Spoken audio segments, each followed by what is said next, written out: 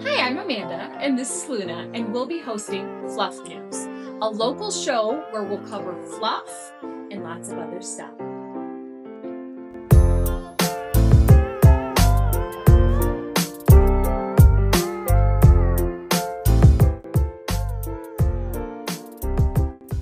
So I'm going to be sitting like this most of the time, sweating.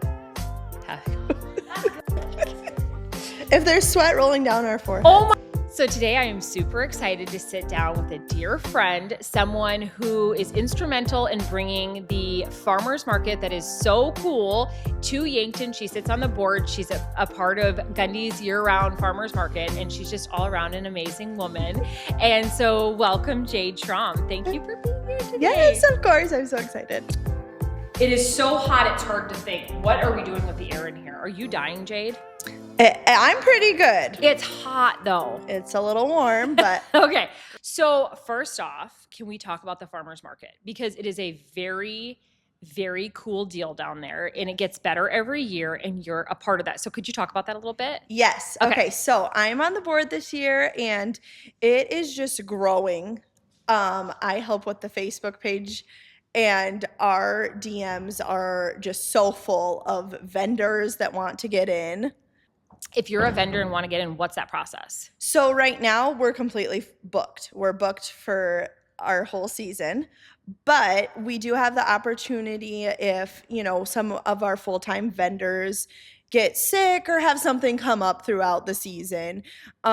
We have what is called a fill-in vendor. Oh, nice. And so we have on the website, we have the form that you can just click on, fill out, send it to the email. It's all the instructions are on the website. It's beautiful. And what's website? And I'll put it. Market@themeridian.com. Okay. Okay. Perfect. Yes. Easy. Yes. And so it's right on there. You go through, fill out the contract, send it in the email, and then we add you to the fill-in list then.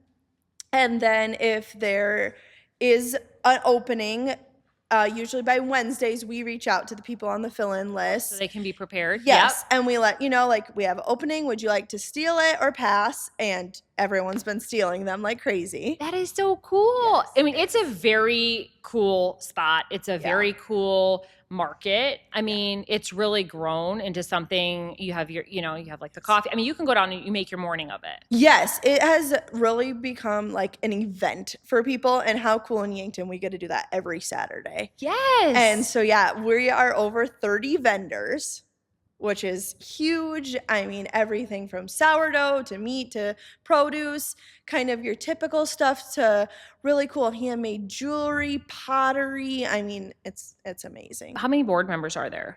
And 5. Okay. Yep. And then do you have plans? Like, I mean, it's going so well, it's growing. Like, what are we seeing like in the future? Yes. So we're hoping at some point maybe to add a whole nother lane of it.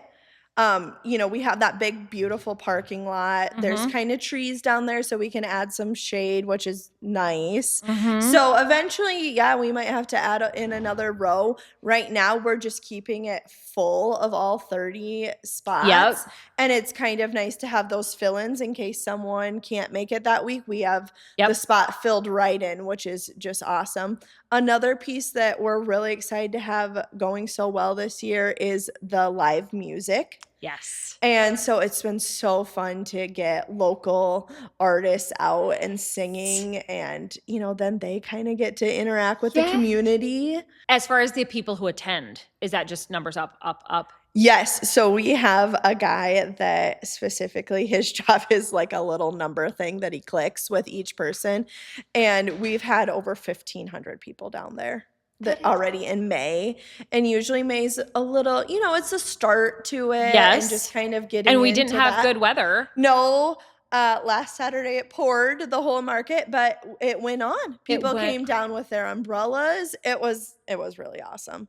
But so people are coming, and at one point, I went to look across. I'm on the edge of the market, and went to look across, and there was just a sea of people. And so it was like a mini riverboat days almost, just with the amount of foot traffic. And I feel like I don't know when it exactly started, but I feel like I attended some of like the very early ones, and what it's grown to. Yes. I mean, we went last summer and we're like, this is insane. I mean, it's a very cool spot. It's a very cool market. Yeah. So actually it's the market's 10th birthday this year. So 10 years. The 10th year anniversary. Yes. It was in that area. It just wasn't in that parking lot.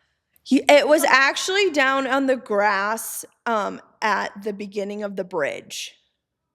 What about on the street by where you're at? That was like way long ago. Yeah. That was way long ago. Yeah. So that's what I'm talking about, like how it kind of began. Yes. It started out, I think there was like 5 vendors maybe. So. And it's a feat. I mean, yes, now you have all of these applicants, but it's a feat to put something like that together and keep it growing. Yeah. Yes, it is. And we've had to put some limits on it, you know, like we can't have 29 sourdough vendors or whatnot. So we've had to put some caps on that, and we've kind of reached out and saw like the Sioux Falls Farmers Market and Sioux City Farmers Market. That's kind of how they do it. Like specific categories, like you can only have this many. Yeah, because I'm sure you're just blowing up with sourdough. Yes. Yes. Sourdough is a craze. We have 2 amazing gals, and so we're really lucky. When you talk about people being insured. Yeah. Or because you don't need a license. So could you kind of talk about, you know, if some people, which I don't think farmers markets are popular and people love them, but if someone would be hesitant to be like, I don't know where that came from. Like, how do you vet that? Yes. So they do have to have like their cottage license and a few different things like that. We don't do anything that is like temperature controlled stuff other than like obviously our meats and stuff, but we, as you know, the smaller businesses have to have their own coverage on that stuff. So yeah. It's been a blessing in the way that we can meet so many people that are just down there. Our storefront is kind of off the Jade is this is gonna be good because Jade is seeing the full on, and we couldn't have a more perfect guest to be chill about it. Yes. She's Luna. coming up with me. Luna. And don't go for the squeaker. We have the clacker. So your family has had it wasn't always year round. No. It's been for a long time. Well, it started out as Gundy's beef. Yes. Just Gundy's beef. And then we figured out that people needed meat year round. Mm-hmm. And so it just stayed as Gundy's beef for a while. That was kind of our thing. And then when I kind of started helping out, I realized, we need a new name. So we actually did the math this morning, and it's been about 25 years. Wow. That Gundy's beef and Gundy's year-round market has been around. So, yeah.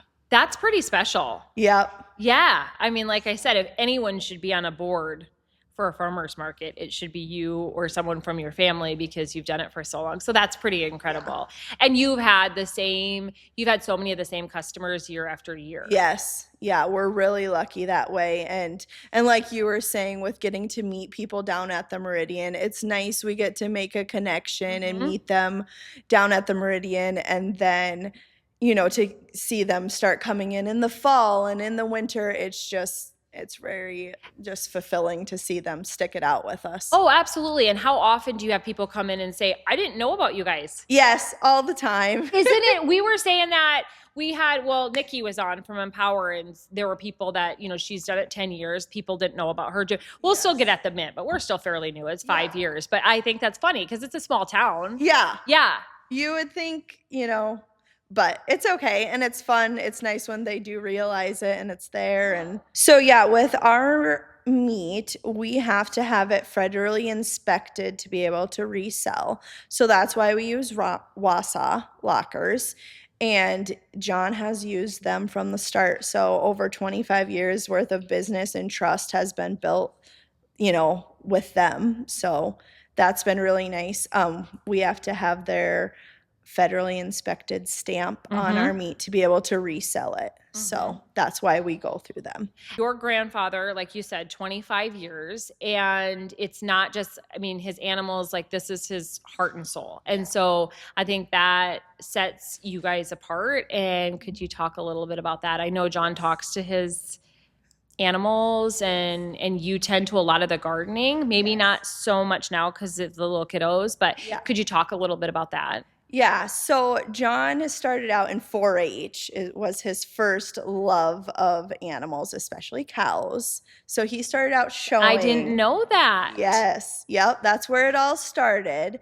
And then, yeah, he was a farmer for a long time. But then when he got into raising cows to, not even to sell at first, just he wanted the meat for himself and started learning about what that looks like. And he took some classes in Lincoln, Nebraska is kind of where he started, and started learning about rotational grazing. And there was kind of a group of guys that met and really started to learn about how rotational grazing works and what that looks like. But John has just the most incredible relationship with his animals. I mean, we always tell the story of like when they get out, they never go far. And he literally will just stand out on the front porch and call them, and they will come up to him. They would follow him anywhere. I mean, when he moves them from pasture to pasture to rotationally graze them, they literally line up and follow him around the farm. They love him. They're friendly. I mean, we all love the cows, but it's just a different relationship what he has with them. That's so incredible. Yeah, that's so incredible. And it's been really cool now, like you said, as a mom, for my kids to see like where their meat comes from, where their food comes from, and how animals should be raised and treated. And so we're just really blessed that way to have him in our lives and to show us that. Absolutely. Yeah. And when you talk about the rotational, like, can you talk a little bit more too about, it's funny because all of us have talked and we know good meat and we know the importance of, sometimes it's hard. People are busy or they're maybe not thinking in that way that you are what you eat, and what you eat, where has that come from? How has that been raised? What has that been eating? And so that's obviously very important to you guys. Can you talk about that? Yeah. So just the meat that we raise is, drug-free, hormone-free. Big things that I feel are getting harder and harder to find. It's getting harder to connect to a local farmer to get your stuff from, which is kind of mind-blowing because to us, that's just so second nature. Like that's how you should be getting your food. Yes. So yeah, just getting to even kind of educate people as we go along. We always joke my grandma is like the bonus of the market because you get to learn recipes. And I mean, she's always reading books about how to raise stuff correctly. And so she's just like the wealth of knowledge and just so wise. And so to have her behind it all is just an extra little cherry on top. It's a great family unit.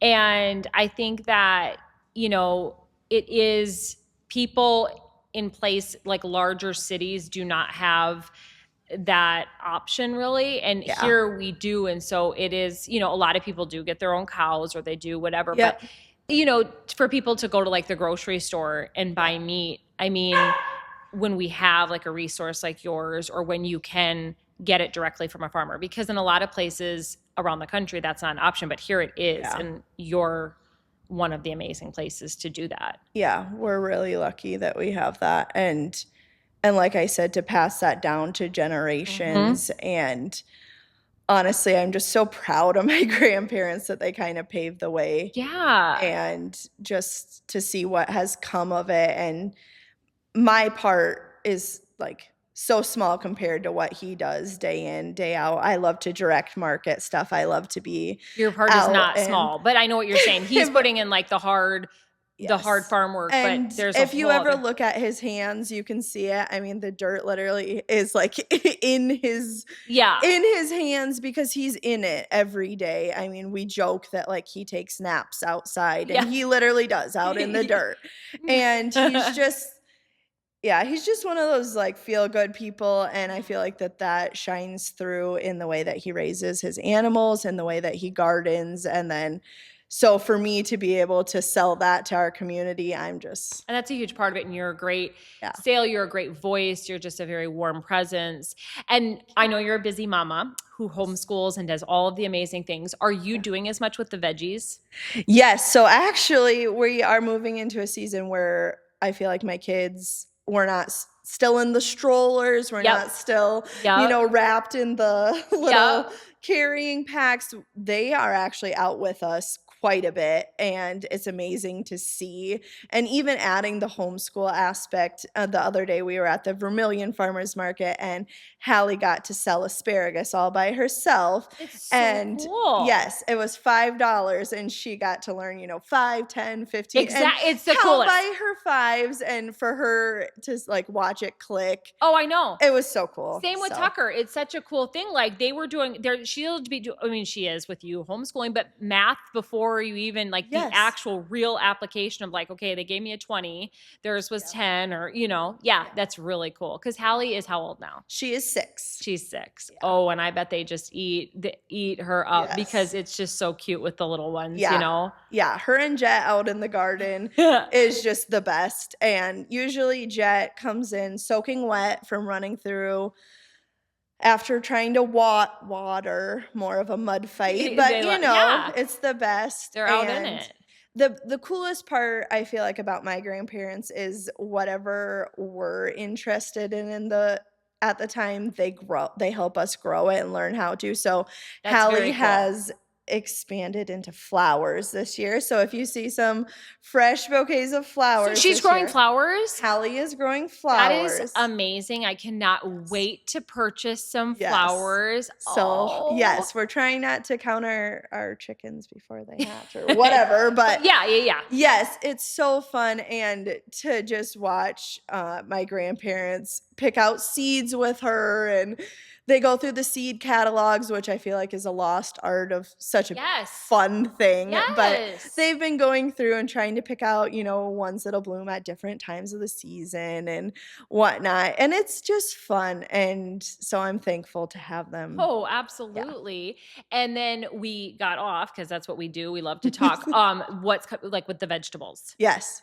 So the veggies, John's garden is insane. I feel like I try to take pictures and post it on Facebook, but truly, like, when I take a picture of a row, I think a lot of people are like, yeah, a row in a garden, but you walk and you walk and you walk and the row goes on and on. I mean, it's huge. It goes on. And he has like 4 different spots. And how do you, I mean, it's hard and you don't use any pesticides. You don't use any, you just pick the weeds or you just work around. Yes, weeds are insane.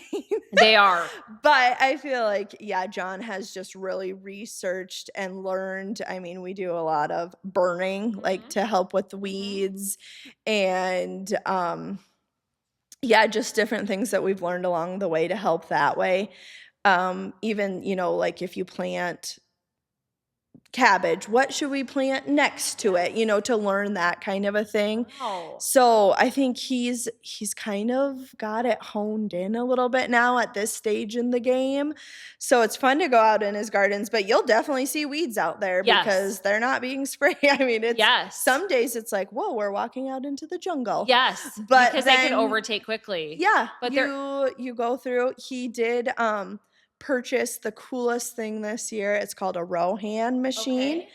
And you lay on your tummy and it's totally solar powered. It has 4 big wheels, and you lay on it and you do your planting and weeding on it, but you're on your tummy. So we've asked him to get one of these for years. We thought maybe we'd just make one, but my grandma researched it enough and found this cool little. So he's like rolling around, and so you're not bending, you're not hurting your back. There's a strap that literally goes across your forehead, but the rest is like almost like a chiropractic table, you know, that you lay on, and then your arms are free, and then your feet control the pedals, and it's got solar panels on the top.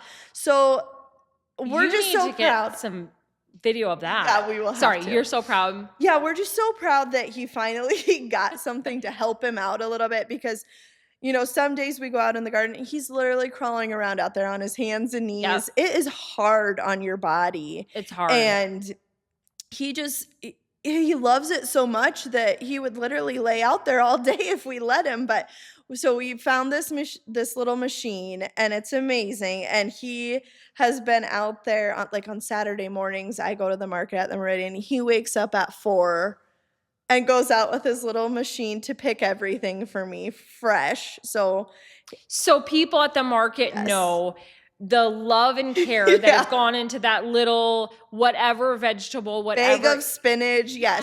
He literally goes out and cuts it for me that morning. So, and now I feel a little less guilty about it, knowing that he's just on this machine.